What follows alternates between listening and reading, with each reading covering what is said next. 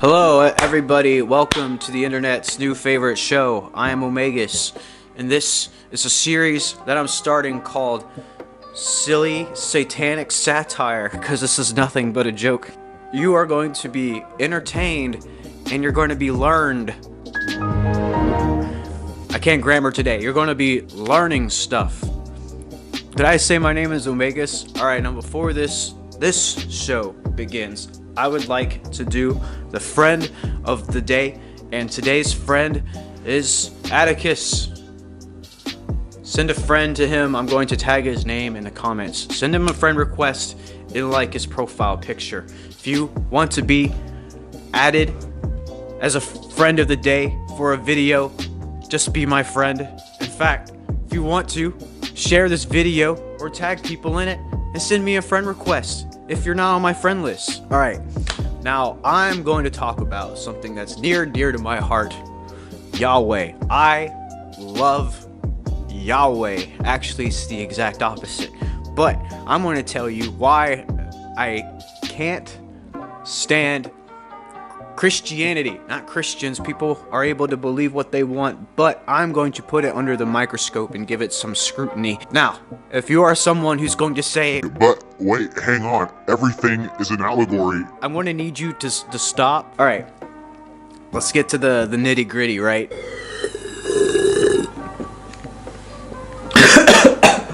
Now, aside from having a contradictory nature, like saying, thou shalt not murder, and then telling Moses to murder 3,000 people in the same day, Yahweh and Christ are not the same person. So in the New Testament, when Christ is like, if you know me, you know my Father, that's a load of BS.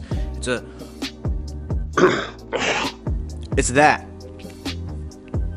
Now, I don't know about you, but there is a lot of problems with the Bible, right? So, like when Christ wandered the desert for 40 days and 40 nights, who was there with him to record the events if he was by himself? Did he say, yo, bruh, I was approached by the devil and he told me all these things. Believe it without question. And people were like, oh yeah, man, I gotta write that down. That sounds like something that people need to know about.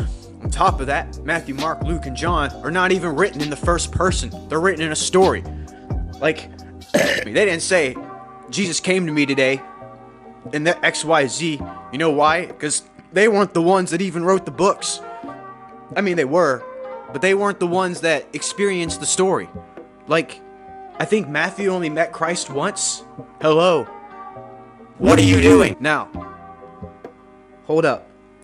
Because there's a lot of pedantics that get wrapped up in these kinds of debates. Like, oh, well, I don't have the answers to your argument, so I'm just going to shift my faith onto someone else or to an unknown source that's not going to combat you in the debate, because I don't have all the answers, but I'm just going to believe that there's a pastor out there who knows the answer to it, so I'm just going to choose to remain in my little bubble.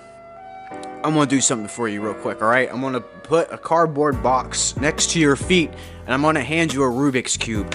You know why? Because I'm going to need you to think outside the box. I'm so funny. Now, aside from testing his followers, having them kill or almost kill their children, and then condoning rape, you know, because that's morally correct to do. Hey, if you rape someone, the person that's raped has to marry you. That sounds really like a 2019 way of thinking. Why are people still Christians? I don't get it. It's like the dude is corrupt in the head. He's just messed up. And what's even more so than this is human nature has more power than Yahweh. And I mean, like, quality of character, if that's what you want to call it. Like, hey, if you take my bottle of wine and drink it without my permission, looking at you, whoever it was, I forgive you. Now, as I was saying earlier, there's a lot of pedantics that get involved in here. Instead of coming to a conclusive answer to this argument, I'm just going to kind of dance around the words and avoid you. Alright, well, let's go for the philosophy, because that's the soft underbelly to this dragon here. And the soft underbelly is the actual core fundamental principles of Yahweh and his son.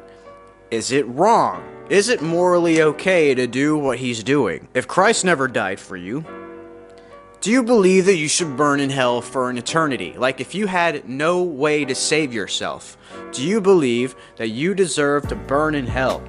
What about your parents? In fact, what about your bully from high school? Do you think they should burn forever? I mean, some people you might say, like, yeah, because I have a grudge, but like, that's a little too much. On top of that, the Holy Spirit is bad because it allows the growing of evil. Like, don't resist an evil person. If someone asks for your, like, coat, give him, like, more than he asks for. And then, like, if they ask you to go 1 mile, go 3. And then offer the other cheek. It's like you're allowing evil to get away with itself. And then God says, vengeance is mine? Excuse me. I want you to look at your life and tell me if God has blessed you. Because if he hasn't, and you keep giving him praise, why are you even bothering? And on top of that, the biggest problem that I have with Christianity is that everyone just shifts their stupidity on God. They're like, oh, well, I don't want to take account for my mistakes. I'm going to say God is in control. Therefore, you are stunting yourself from your own personal evolution. Break away from your crutch, all right? It's for your own benefit. Like, take responsibility for your own actions. And when people say, first and foremost, I would like to thank God, no, what you should say is the mathematical coincidences and inputs and actions of others and everyone and me and my thoughts all congested into one big blob of an outcome. God has nothing to do with that. In fact, it's because of God that we have not progressed as much as we could have as a human society. We didn't, like, the church stopped the progress of medicine for hundreds of years. The fact that Christ rips out demons, like when people have leprosy and he rips out a demon instead of disease, why didn't he tell people, hey, there's something called bacteria, but instead he alludes it to demons? And if in fact bacteria were demons, Yahweh would be the one responsible for making the demons, since he's the one who made the bacteria from Adam and Eve. So God made the demons that made people sick. So can Lucifer cast out Lucifer? Or is Christ casting out Yahweh when they're sick? How about that? Check fucking mate. Flipping tables over here. And don't even get me started. I'm already started, but don't even get me started on having emotions validate the existence of a truth. That is the most asinine thing I have ever heard in my entire life. Oh, I feel him in my heart, therefore he is true. I feel like you're an idiot. Does that mean that it's true? Absolutely not. I hope not. I hope that you have some common sense to think. But listen, I had imaginary friends and I talked to my stuffed animals. They made me feel all warm and fuzzy inside. But doesn't mean that they were actually alive. That's childish. Did you know my favorite pastime is reading the Bible in the shower? Interesting. Because I have such a determination to learn what people refuse to learn themselves. It's true. I can't get away from it. I am literally obsessed with it.